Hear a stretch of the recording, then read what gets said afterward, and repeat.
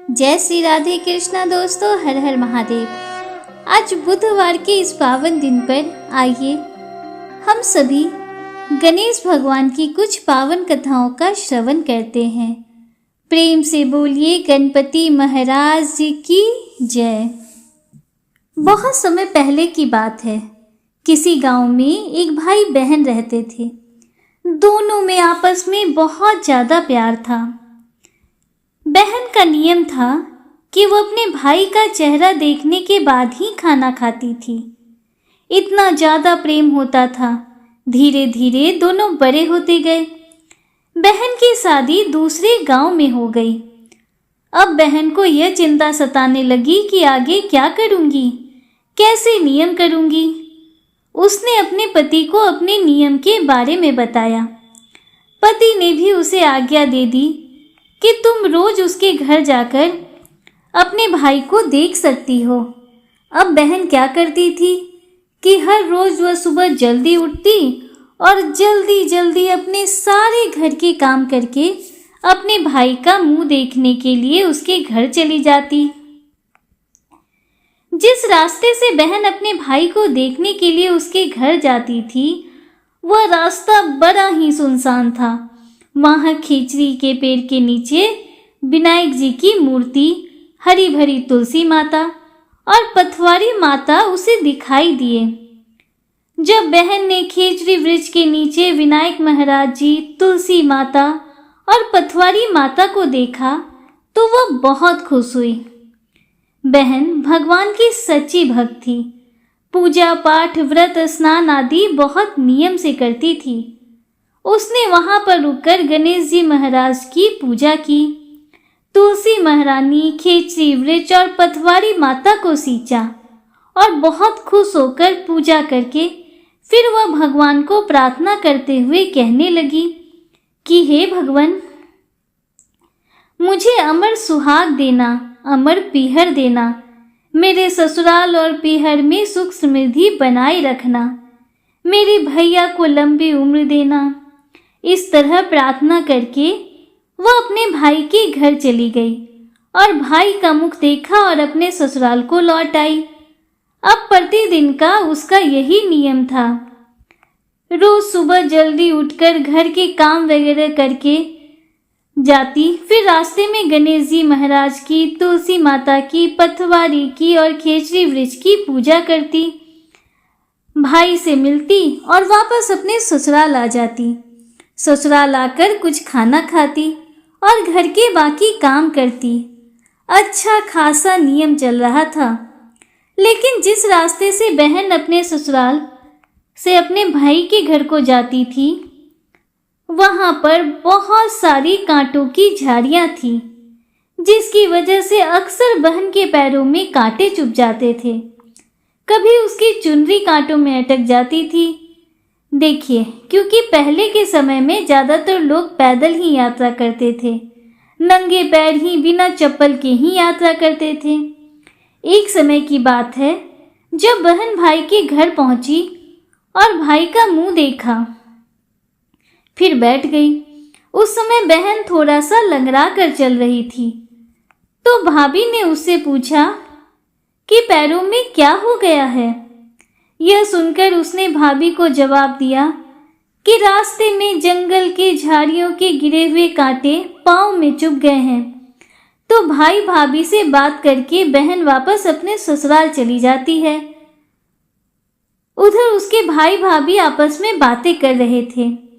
तब भाभी ने अपने पति से कहा कि बाईसा के पैरों में रोज कांटे चुभ जाते हैं। रास्ते में बहुत से कांटों वाली झाड़ियां हैं, रास्ते को साफ करवा दीजिए। आपकी बहन के पांव में बहुत सारे कांटे हर रोज चुभते हैं। यह सुनकर भाई को अच्छा न लगा, क्योंकि वह भी अपनी बहन से बहुत प्यार करता था। भाई ने एक कुल्हाड़ी लेकर सारी झाड़ियों को काटकर रास्ता साफ कर दिया।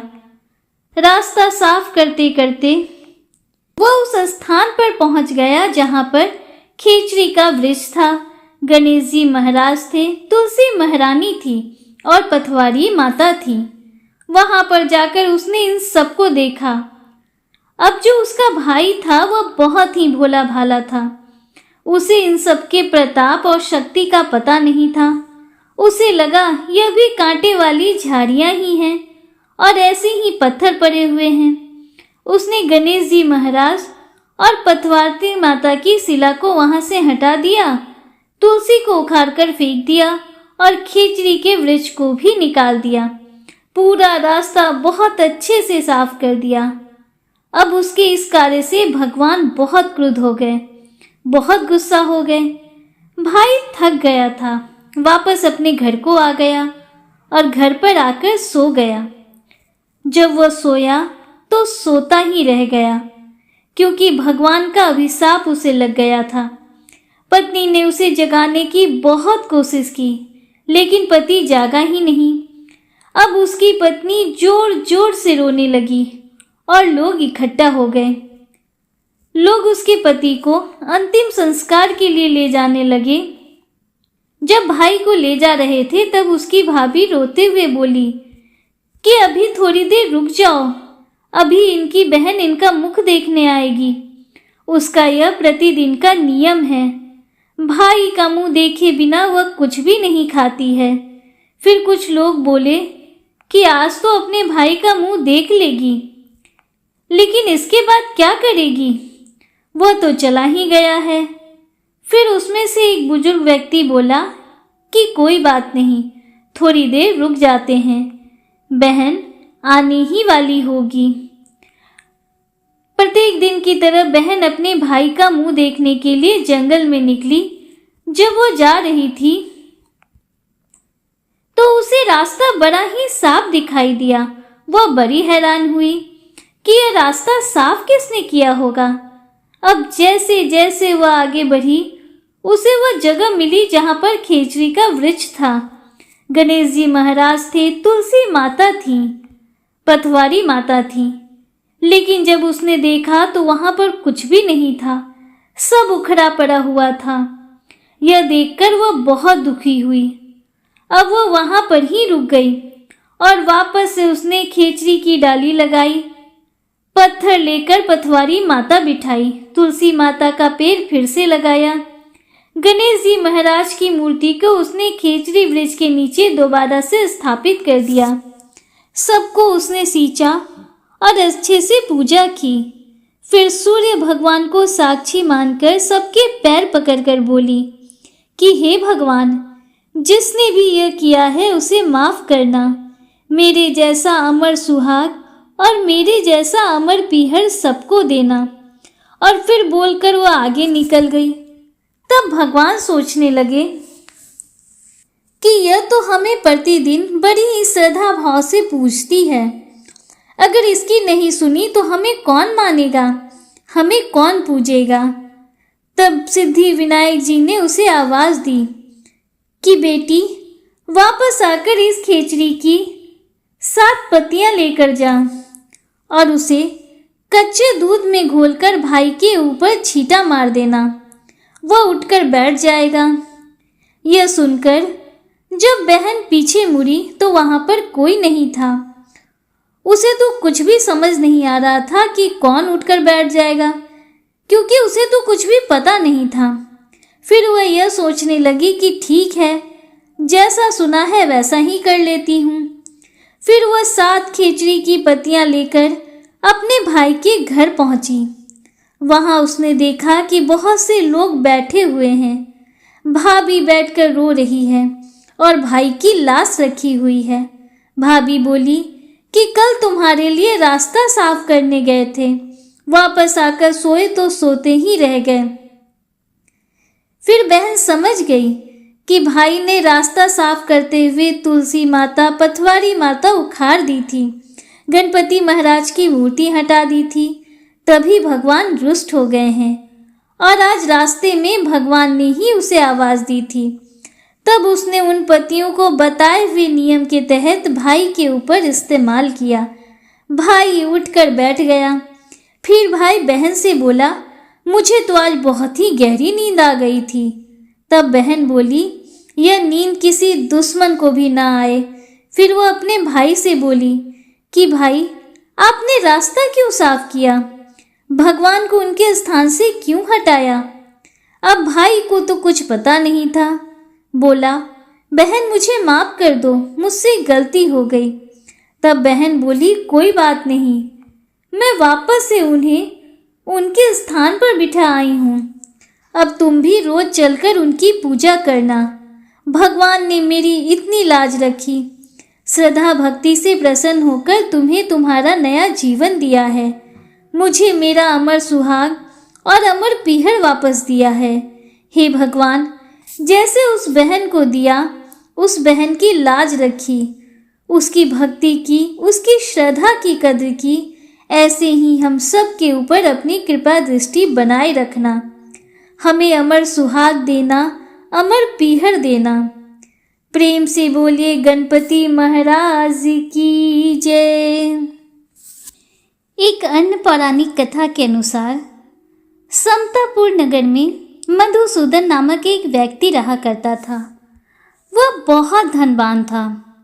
मधुसूदन का विवाह बलरामपुर नगर की सुंदर लड़की संगीता से हुआ था। एक बार मधुसूदन अपनी पत्नी को लेने बुधवार के दिन बलरामपुर गया। मधुसूदन ने पत्नी के माता पिता से संगीता को विदा कराने के लिए कहा।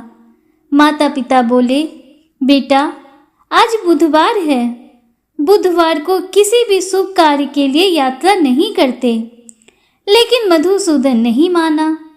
उसने ऐसी शुभ अशुभ की बातों को न मानने की बात कही। आखिर में थक हार कर संगीता के माता पिता ने संगीता को विदा कर दिया। दोनों ने बैलगाड़ी से अपनी यात्रा प्रारंभ की। 2 कोस की यात्रा के बाद उसकी गाड़ी का एक पहिया टूट गया।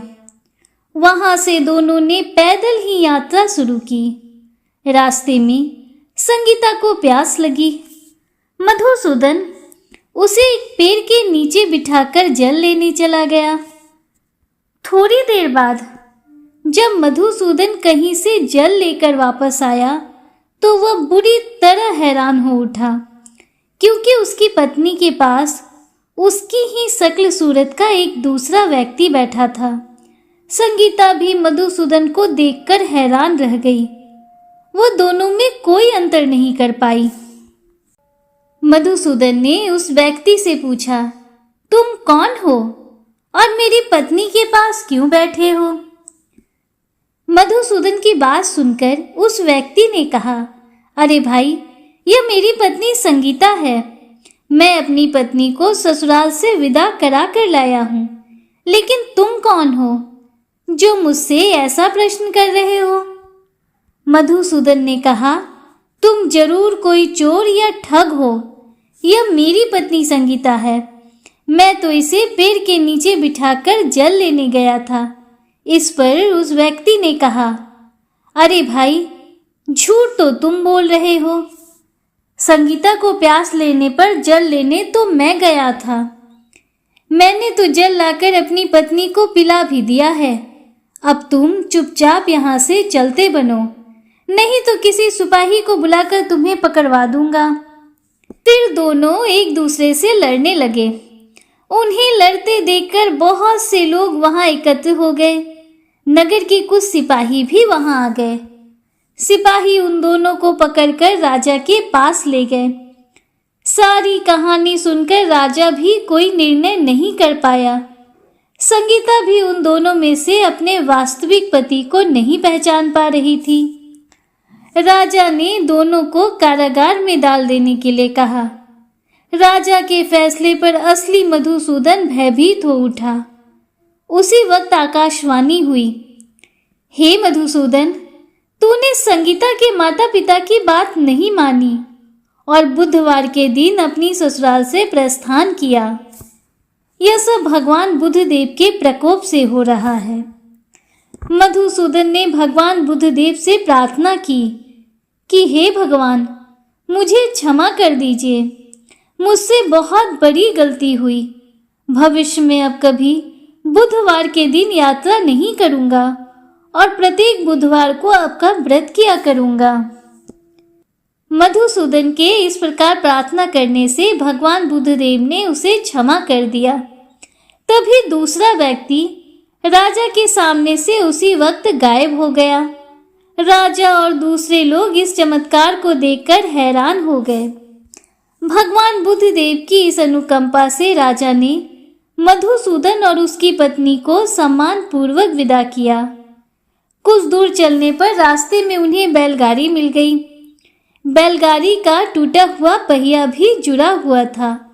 दोनों उसमें बैठकर समतापुर की ओर चल दिए। मधुसूदन और उसकी पत्नी संगीता दोनों बुधवार को व्रत करते हुए आनंद पूर्वक जीवन यापन करने लगे। इस तरह भगवान बुद्ध देव की कृपा से उनके यहाँ खुशियां बरसने लगी।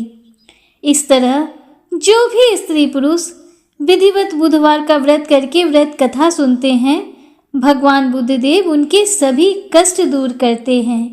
प्रेम से बोलिए भगवान बुद्ध देव की जय। पौराणिक कथा के अनुसार सतयुग में 100 यज्ञ करने वाले एक पृथ्वी नामक राजा हुए। उनके राज्य में दयादेव नामक एक ब्राह्मण रहते थे। वेदों में पारंगत उनके 4 पुत्र थे। दयादेव ने अपने पुत्रों का विवाह गृहसूत्र के वैदिक विधान से कर दिया। उन 4 बहुओं में बड़ी बहू अपनी सास से कहने लगी, हे सासू जी, मैं बचपन से ही भगवान गणेश का व्रत करती आई हूँ।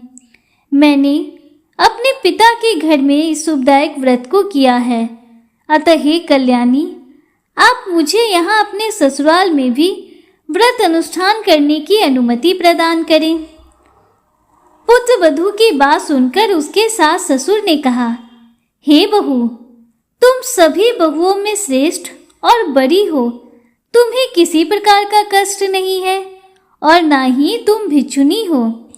ऐसी स्थिति में तुम किस लिए व्रत करना चाहती हो? हे सौभाग्यवती, अभी तुम्हारा समय उपभोग करने का है। ये गणेश जी कौन है?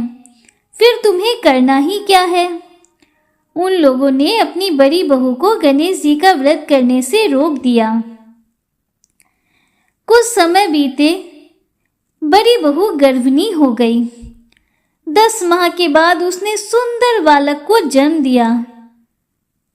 उसकी सास बराबर अपनी बहू को गणेश भगवान का व्रत करने से रोकती रही। व्रत छोड़ने के लिए बहू को बाध्य करती रही। व्रत भंग होने के फलस्वरूप गणेश जी कुछ दिनों में कुपित हो गए और उसके पुत्र के विवाह काल में वर वधू के सुमंगली के समय उसके पुत्र का अपहरण कर लिया गया। इस अनहोनी घटना से मंडप में खलबली मच गई। सब लोग व्याकुल होकर कहने लगे, अरे लड़का कहाँ गया? किसने अपहरण कर लिया? बारातियों द्वारा ऐसा समाचार पाकर उसकी माता अपने सास ससुर से रो रो कर कहने लगी, हे सासू माँ, हे ससुर जी, आपने मेरे गणेश व्रत को छुड़वा दिया है, जिसके परिणाम स्वरूप ही मेरा पुत्र गायब हो गया है। अपनी पुत्र वधू के मुख से ऐसी बातों को सुनकर ब्राह्मण दयादेव बहुत ही दुखी हुए। साथ ही उनकी होने वाली पुत्र वधू भी दुखी हुई। पति के लिए दुखित पुत्र वधू अपनी सास के साथ संकटनाशक गणेश भगवान का व्रत करने लगी। एक समय की बात है, गणेश जी एक वेदज्ञ और दुर्बल ब्राह्मण का रूप धारण करके भिक्षाटन के लिए इस मधुर वासनी के घर आए। ब्राह्मण ने कहा कि हे बेटी, मुझे भिक्षा स्वरूप इतना भोजन दो कि मेरी क्षुधा शांत हो जाए। उस ब्राह्मण की बात सुनकर उस धर्मपरायण कन्या ने उस ब्राह्मण का विधिवत पूजन किया। भक्ति पूर्वक भोजन कराने के बाद उसने ब्राह्मण को वस्त्र आदि भेंट किए। कन्या की सेवा से संतुष्ट होकर ब्राह्मण कहने लगा, हे कल्याणी, हम तुम पर प्रसन्न हैं। तुम अपनी इच्छा के अनुकूल मुझसे वरदान प्राप्त कर लो। मैं ब्राह्मण वेशधारी गणेश हूँ और तुम्हारी प्रीति के कारण ही यहाँ आया हूँ। ब्राह्मण की बात सुनकर कन्या हाथ जोड़कर निवेदन करने लगी, हे विघ्नेश्वर, यदि आप प्रसन्न हैं तो मुझे मेरे पति के दर्शन करा दीजिए। कन्या की बात सुनकर गणेश जी ने उससे कहा कि हे सुंदर विचार वाली, जो तुम चाहती हो वही होगा। तुम्हारा पति शीघ्र ही लौट आएगा। कन्या को इस प्रकार का वरदान देकर गणेश जी वहां से अंतर ध्यान हो गए। कुछ समय के पश्चात ही उसका पति घर वापस आ गया। सभी बहुत प्रसन्न हुए। विधि अनुसार रुका हुआ विवाह कार्य संपन्न किया गया। इस प्रकार गणेश भगवान ने सभी के विघ्नों को दूर करके सबको अपना आशीर्वाद दिया। हे गणपति महाराज, जैसे आपने उस बहू और उसके पुत्र बधू को दिया, वैसे ही सबको देना। इस कथा को कहने वाले, सुनने वाले और हुंकारा भरने वाले सभी भक्तों के घर में अपना आशीर्वाद बनाए रखना, सुख संपत्ति प्रदान करना। प्रेम से बोलिए गौरी पुत्री गणेश की जय। भगवान भोलेनाथ की जय। माता पार्वती की जय। सभी देवी देवताओं की जय। दोस्तों, अब जो गणेश जी की कथा मैं आपको सुनाने जा रही हूँ, उसे हर एक पूजा में सुना जाता है। पौराणिक कथाओं के अनुसार एक गांव में एक विधवा अपनी बहू के साथ रहती थी। उसकी बहू मंदबुद्धि थी, जो अपनी भूख बर्दाश्त नहीं कर पाती थी और हमेशा खाने के लिए उतारू रहती थी। वह सबसे पहले उठकर खाना खाती, फिर घर के बाकी काम किया करती थी। एक दिन विधवा ने अपने घर में पूजा करवाने की सोची, लेकिन वह थोड़ी परेशान थी, क्योंकि उसकी बहू अगली सुबह उठते ही खाने के लिए दौड़ेगी और पूजा के लिए बनाए गए सभी पकवान को जूठा कर देगी। अपनी बहू को पूजा के लिए बनाए गए पकवान से दूर रखने के लिए विधवा ने एक तरीका निकाला। पूजा वाली सुबह उसने एक मटका लिया और मटके में नीचे एक छेद कर दिया। इसके बाद अपनी बहू से बोली कि आज घर में पूजा है, इसलिए खाना खाने से पहले पानी भर के ले आओ। बहू भी बहुत चालाक निकली। उसने देख लिया था कि विधवा ने मटके के नीचे छेद कर दिया है, इसलिए वह घर से थोड़ा सा आटा अपनी साड़ी में बांधकर पानी लाने के लिए पनघट पर चली गई। वहां उसने सबसे पहले आटा निकाला और कुएं के पानी की मदद से बाटियां बनाने लग गई। कुएं के पास ही एक शमशान घाट था, जहां एक चिता जलाई जा रही थी। बहू ने चिता की आंच में अपनी बाटियां सेक ली। बहू ने ध्यान दिया तो उसने देखा कि उसकी बाटियां तो सूखी थी, घी नहीं लगा हुआ था। तो वह पास ही में गणेश जी के एक मंदिर में चली गई, जहां गणेश जी को किसी ने चोला चढ़ाया हुआ था। उसने देखा कि गणेश जी की तोंद पर घी लगा हुआ है। उसने उस घी को अपनी बाटी पर लगा लिया और उसका भोग पहले गणेश जी को लगाया। उसके बाद वह बाटी खा ली, फिर घर वापस चली गई। बहू की इस हरकत पर गणेश जी को बहुत गुस्सा आया। उन्होंने गुस्से में अपनी नाक पर अपना उंगली चढ़ा लिया। जब गांव वालों ने देखा कि गणेश जी ने अपने नाक के ऊपर उंगली चढ़ा लिया है, तो उन्हें मनाने के लिए बहुत जद्दोजहद किया गया, लेकिन गणेश जी ने किसी भी तरह अपनी उंगली वापस नहीं उतारी। जब यह बात राजा को पता चली, तो राजा ने बड़े बड़े पंडितों और ज्योतिषियों को बुलवाया, हवन करवाया, लेकिन गणेश जी फिर भी नहीं माने। सब बहुत चिंतित थे। राजा ने पूरे गांव में यह ऐलान करवा दिया कि जो भी इंसान गणेश जी की नाक पर से उंगली हटाने में सफल होगा, उसे इनाम के तौर पर 5 गांव दिया जाएगा। गांव के सभी लोग गणेश जी को मनाने में लग गए, लेकिन गणेश जी माने ही नहीं और अपनी उंगली चढ़ाए रखी। अंत में विधवा की बहू बोली कि अगर सब लोग उसे आज्ञा दें तो वह गणेश जी की उंगली हटा सकती है। उसकी बात सुनकर विधवा हंसने लगी और बोली कि जब बड़े बड़े विद्वान कुछ नहीं कर पाए तो वह कैसे गणेश जी को मना पाएगी। किसी ने कहा कि जब सब लोगों को मौका मिला है तो इसे भी एक मौका मिलना चाहिए। फिर सभी लोग बहू को एक मौका देने के लिए मान गए, लेकिन बहू ने एक शर्त रखी। उसने कहा कि उसके घर से लेकर मंदिर तक पर्दा बांधा जाए। सब लोगों ने सोचा कि इतना कुछ तो हो ही चुका है, तो पर्दा बांधने में क्या जाता है। बहू के कहे अनुसार उसके घर से लेकर मंदिर तक पर्दा लगाया गया। बहू ने अपना दिमाग लगाया और अपने पेटीकोट में मोगरी छुपाकर मंदिर चली गई। मंदिर में जाकर उसने गणेश जी से बोला कि मैंने आपकी तोन से जरा सा घी क्या ले लिया, आपने अपनी नाक पर उंगली चढ़ा ली। अब नाक पर से उंगली हटा रहे हो या दूं एक मोगरी कि अभी आपके टुकड़े टुकड़े हो जाएंगे। बहू की यह चेतावनी सुनकर गणेश जी थोड़ा डर गए और उन्होंने सोचा कि यह तो पूरी पागल है, कहीं सच में यह मुझे मोगरी ना मार दे। गणेश जी ने बिना सोचे समझे अपनी नाक पर से उंगली हटा ली, जिसे देखकर गांववासी खुश हो गए और बहू का जयकारा करने लगे। राजा के ऐलान के मुताबिक बहू को 5 गांव इनाम में दिए गए।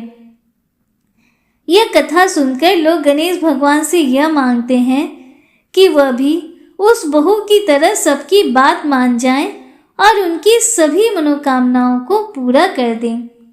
प्रेम से बोलिए गणपति महाराज की जय, भगवान महादेव की जय, माता पार्वती की जय, सभी देवी देवताओं की जय।